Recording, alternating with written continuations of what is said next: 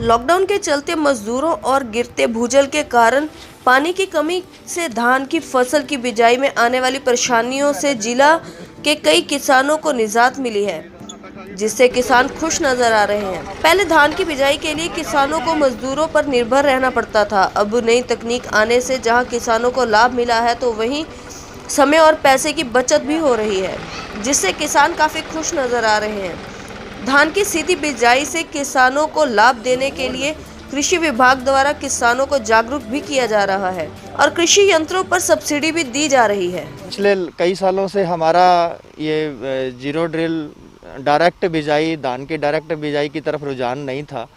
तो अगर ये पहले नहीं थी तो हमें जो इसकी लगवाई का जो खर्चा पड़ता था वो बहुत ज़्यादा था।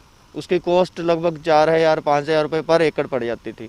लेकिन गवर्नमेंट ने ये जो अब नई स्कीम चलाई है, सब्सिडी पर कर ये ड्रिलें मशीनें अवेलेबल करवाई हैं, इसके थ्रू हम बहुत कम ओनली डीजल के खर्चे पर ही, या अगर इसको किराए पे लगाएं तो मैक्सिमम 1,000 पर एकड़ हमें इसका खर्चा आता है। और इससे हमारा जो एक्स्ट्रा 3,000 है वो पर एकड़ बच रहा है। और इससे सबसे बड़ी बात है कि पानी का जो कंजम्पशन थी वो पहले से लगभग 50% कम हो जाएगी और हमारी जो मेहनत है वो भी बहुत कम हो जाएगी। तो इससे हमें आने वाले टाइम में भी फ़ायदा है और अब तो हमें इससे बहुत फ़ायदा महसूस हो रहा है कि इससे बहुत फ़ायदे आए हम हर फार्मर को। तो मैं ये कहना चाहता हूँ कि जो सिरसा डिस्ट्रिक्ट के किसान हैं, इवन पूरे हरियाणा के, वो इस तकनीक को, इस पद्धति को अपनाएं और इससे जो धान की बिजाई है, डायरेक्ट बिजाई, वो करें। ये मशीन मैंने इस बार ली है, सब्सिडी सरकार ने अनुदान दिया इस पर। तो इस बार मेरा इससे बिजाई कर रहा हूँ और अच्छा चल रहा है और फार्मर भी संतुष्ट है। लेबर की काफ़ी बचत हो रही है इससे।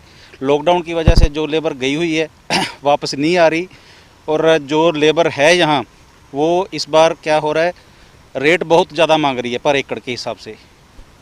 तो इसलिए ज़मींदार भी इसको सपोर्ट कर रहे हैं, बिजाई सीधी हो रही है और इससे पानी की भी बचत होगी। अब की बार सिरसा डिस्ट्रिक्ट में वैसे तो हम 4-5 साल से लगातार किसानों के संपर्क में हैं और सीधी बिजाई करवा रहे हैं। लेकिन अब की बार जैसे कृषि विभाग ज़्यादा किसानों को जागरूक कर रहा है कि DSR के थ्रू बिजाई करें, और किसान भी इसको सही समझ पा रहे हैं और अब की बार एरिया काफ़ी DSR में जाएगा।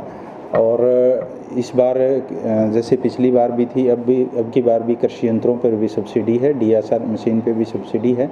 मैक्सिमम लिमिट जैसे स्मॉल एंड मार्जिन फार्मर वो वोमेन के लिए 20% और जनरल फार्मर के लिए 16,000 मैक्सिमम सब्सिडी है।